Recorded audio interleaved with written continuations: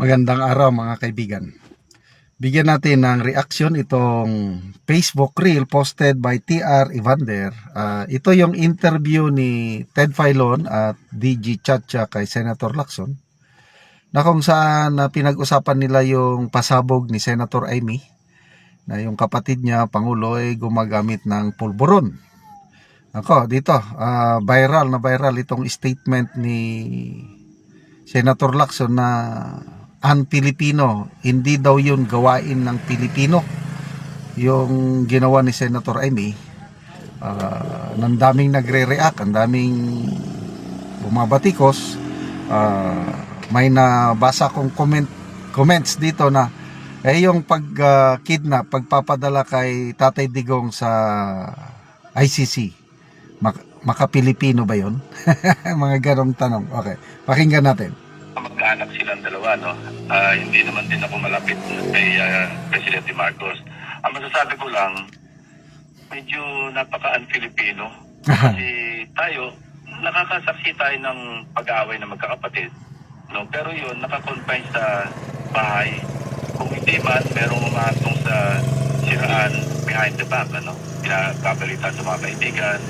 Pero yung magsalita ka sa harap ng 600 tao, sa luneta, para sa akin, hindi ka tanggap-tanggap bilang isang Pilipino. Hindi tayo ganyan mga Pilipino di ba tayo, maski pa paano, pagkakapamilya, mag-away man tayo, we keep it to ourselves. Yun lang aking masasabi. Senator Ping, sa karanasan niyo po sa politika, pag umaabot na sa ganitong punto, ano po sa tingin niyo ang possible motive nito? Politika, wala namang iba Kasi wala akong makita motibo Ba't mo sisiraan ang sarili mong kapatid sa harap ng daan-daang libong tao? Wala akong makitang ibang motibo. Magsabi ng katotohanan. Ang sinasabi po ng ilan, sinisiwalat lang daw ni Senator Amy ang katotohanan dahil gusto niyang isalba ang bayan. May mga ganun po komento. Ano yung reaction po doon? Ewan ko lang. Ayoko na mag-comment except na napaka-un-Filipino ng kanyang ginawa kagabi. Okay. So, isa-isahin natin komento Una, yung hindi ako malapit sa Pangulo, sa tingin niya yon. Ang tanong, bakit palaging mga nababasa kong comments bakit spokesperson na ba ni PBBM si itong Lacson? Segunda Claire Castro na, kasi sa mga aligasyon ngayon laban sa Pangulo, una, yung pasabog ni Saldico. Pangalawa, pasabog ni Senator Amy. Siya talagang nagsasalita, nagdidepensa. I'm not defending the president, sabi niya nung unang video ni Saldico. Kaya lang, ang dating sa nakakarami, including me, parang talagang dinidepensa niya ang Pangulo. So, hindi daw siya malapit So, yun ang unang punto. Yan, yung away magkakapatid. Kung ordinaryong pamilya sana, agree ako na bala na kayo. Kaya lang itong away ni Senator Amy at kapatid niya, itong Niringan, hindi yan ordinaryo. Buong bansa ang nakataya. The lives of 117 million Pilipinos nakataya kasi ang kapatid ni Senator Amy, Pangulo. At ang aligasyon, matagal ng aligasyon, na ang kapatid niya gumagamit ng pulburon.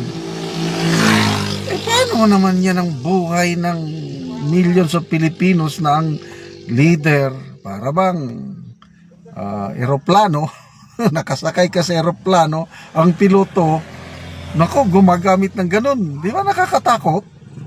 Okay, driver. Sakay ka ng sakyanan, driver.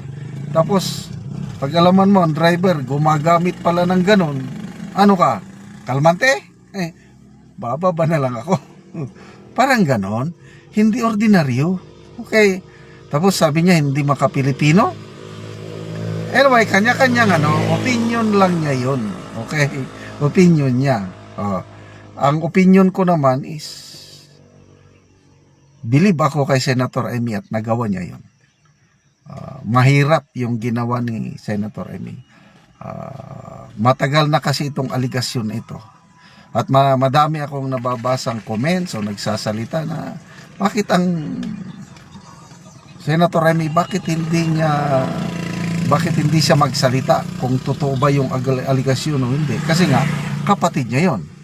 Tapos siya ang gumawa ng paraan para mabuo yung unit team, nang dahil sa unit team, naging presidente yung kapatid niya. Kaya maraming mga DDS noon na galit kay Senator Amy. Kasalanan mo yan. Bakit tayo nagkaganito? Kaya, pakinggan ko, ang buo niyang speech is nagsisisi siya sa ginawa niya. Inaangkin niya yung kasalanan niya kasi kung hindi sana niya inireto si BBM kay Mayor Inday Sara, wala sanang unit team at walang ganitong kaguluhan ngayon. Kaya una, galit ako nung nagsasalita si Senator Amy. Galit ako eh. Alam mo naman pala yung kapatid mo, ganyan. Bakit mo pa pinatakbo? Bakit mo pinaano pa? Ganon ang may nabasa kong post si Calio de Guzman. Yung makakaliwa. Ganon ang punto niya. Alam mo palang kapatid mo. Bakit mo siya pinatakbo? Kalang yung galit ko kay Senator Amy, napalitan ng awa, paghanga, kasi nga inamin niya yung kanyang pagkakamali. Humingi siya ng tawad sa sambayan ng Pilipino. At ako naman, pinatawad ko na lang siya. Punta tayo kay Tatay Digong. Kasalanan din, kasalanan ni Senator Amy. May kasalanan kung bakit nandun si Tatay Digong sa ano. Kasi granting, Leni ang presidente ngayon. Kasi walang nagkandidatong BBM. Leni. Palagay ko hindi mangyayari yan.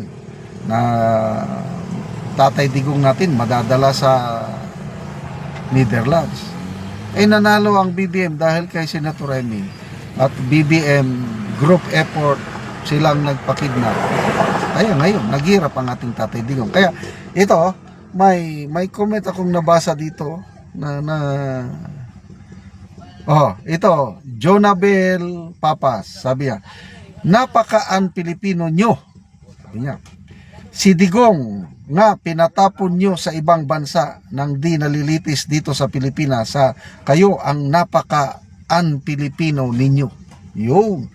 Kaya ang tanong ng taong bayan kay Senator Lacson, maka-Pilipino ba ang pagpapakidnap kay PRRD doon sa The Hague, Netherlands? I don't know. Salamat mga kaibigan sa inyong pagsubaybay sa ating channel. Nakakatulong kayo ng malaki sa tribong Talandig ng Bukidnon dahil ang income natin sa channel ito pantulong po sa tribo.